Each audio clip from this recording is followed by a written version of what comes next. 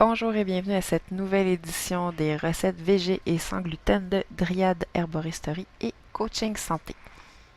Donc aujourd'hui, on va voir encore un remake du Palak Paneer ou du Sag Paneer, dépendamment quel dialecte indien auquel on fait affaire.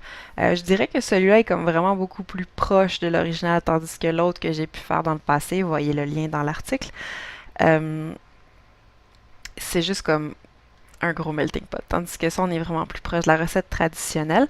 C'est vraiment savoureux et on utilise un ingrédient qui s'appelle la panisse, qui est une spécialité provençale qui est faite à base de pois chiches. Donc, c'est simplement de la pâte de pois chiches. C'est fait pour être frit. Donc, ça se tient quand même bien. Bon, faut pas exagérer, mais ça a quand même un certain tonus. Et ça remplace le panir, qui est un fromage frais qui est utilisé traditionnellement dans les cuisines indiennes. Et ça vient compléter les protéines, moindrement que vous servez ce plat-là sur des céréales. Donc, c'est un repas à protéines complètes. On voit ici une petite image du livre duquel j'ai inspiré ma recette. C'est pas tout à fait pareil, mais c'est quand même fortement pareil. C'est sûr que j'ai pas de panir, puis que je change un petit peu les proportions d'épices pour satisfaire mon goût à travers ça ici. Donc, les ingrédients pour cette recette, on va avoir besoin d'1 kilo d'épinards. Ici, on voit des épinards matures, donc ils ont la queue. Vous allez vouloir retirer les queues parce qu'elles sont très riches en acide oxalique et ça peut poser des problèmes aux gens qui ont des problèmes de pierre aux reins ou qui ont les reins plus fragiles. C'est pas nécessaire de équeuter avec des jeunes épinards. Ils n'ont pas eu le temps de former autant d'acide oxalique et il n'y a pas autant de queue. Donc, vraiment, on veut équeuter seulement pour les épinards matures. On a besoin d'un tube de panisse ou deux. J'ai tendance à avoir faim quand on sépare le tube en 4 portions. Donc, je me dis peut-être que 2 tubes, ça serait mieux. Ça ferait plus de protéines encore là, dans le repas. Du lait de coco. J'ai aucune compensation financière à vous présenter le Chaz Organic à chaque fois, qui était le Arayuma. C'est simplement le meilleur lait de coco qui m'est donné de connaître sur le marché. Il est biologique, il est organique, il n'y a que du lait de coco dedans. C'est vraiment un excellent produit. Et on va avoir besoin d'épices. Bien sûr, quelle recette indienne ne se respecterait pas sans épices? On a de l'ail, 1 à 2 gousses d'ail hachées. On va avoir la coriandre, une bonne cuillerée à soupe de coriandre en graines, bien sûr. Une cuillère à soupe de curcuma. Il paraîtra même pas, mais on profite de ses bienfaits sur la digestion. Une cuillerée à thé de sel. J'ai ici du sel de l'Himalaya, qu'on va vouloir réduire en poudre idéalement. Un peu de cayenne. J'ai ici des piments oiseaux. Mais un quart à un demi-cuillerée à thé de cayenne, selon votre préférence. C'est pas une recette qui est très épicée, donc ça, vous allez voir, ça paraît pas tellement. Et pour la finition, donc ça va être appliqué à la fin seulement, une cuillère à thé de garam masala. On voit ici celui de la compagnie Épices de Cru.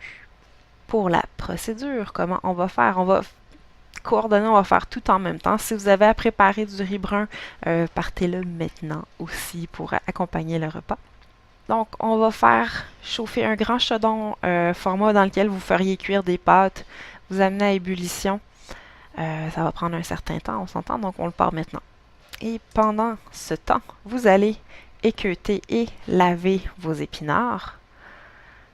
Vous allez les drainer et vous allez les garder là, on va réserver, comme on dit, les garder à portée. Vous allez couper votre panisse en tranches d'environ 5 mm, ou un quart de pouce à peu près. Et vous allez faire chauffer de l'huile végétale, je préfère l'huile d'olive, dans une poêle assez grande. On appelle ça aussi un faitout. Vous allez disposer la panisse dedans et on va attendre que ça dore. Donc ça va prendre quand même un certain temps là, avant que ça se produise, donc gardez l'œil là-dessus. Et on voit ici qu'on a moulu la coriandre, pas encore le sel. Je vais vous montrer la petite erreur que ça fait de ne pas le moudre.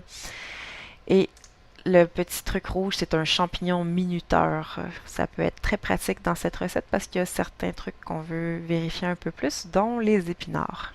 Donc, quand l'eau est à ébullition, quand elle bouille, vous allez mettre vos épinards dedans et on va prendre le minuteur et on va mettre 3 minutes. Utilisez le chronométreur que vous voulez, c'est 3 minutes, pas plus, sinon vos épinards vont être trop cuits. Et on va sortir le robot ou le mélangeur dans lequel on va mettre tout ce qui est lait de coco et épices qui ne sont pas de finition. Et quand les épinards ont complété leurs 3 minutes de blanchiment, on les draine, bien sûr. Vous pourriez récupérer l'eau pour arroser vos plantes, juste pas avec l'eau bouillante, vous allez tuer vos plantes, mais si vous faites refroidir l'eau de cuisson, vous avez quand même plusieurs vitamines et minéraux qui sont rendus dedans. Et une fois que c'est drainé, on ajoute les épinards dans le robot ou le mélangeur. Et on va partir le robot jusqu'à temps qu'on obtienne une consistance très homogène, très lisse. Ça peut prendre 1 à 2 minutes là, avant qu'on obtienne cette texture-là. À ce moment-ci, vous devriez avoir la panisse qui est bien dorée d'un côté. Ce serait le moment de la tourner. Ou si c'est déjà fait, on va la transférer dans un autre plat parce qu'une fois que les épinards sont en sauce, c'est le moment de mettre les épinards dans la poêlonne. Donc, on voit ici que j'ai quelque chose d'assez liquide. J'avais probablement pas assez d'épinards dans ma recette. Le fait de le laisser cuire le 5 minutes, ça va aider là, à amener une certaine épaisseur à la sauce, mais il n'y a pas de problème, là, ça se fait quand même tout à fait très bien. Et une des erreurs qui a été faite, c'est que j'ai pas moulu mon sel et on le voit ici. Ça fait des grains là, qui ne sont pas dissous, donc je l'ai mis quand même dedans, puis ça a fini par fondre, mais bon, ça va être plus simple si vous avez du sel en poudre.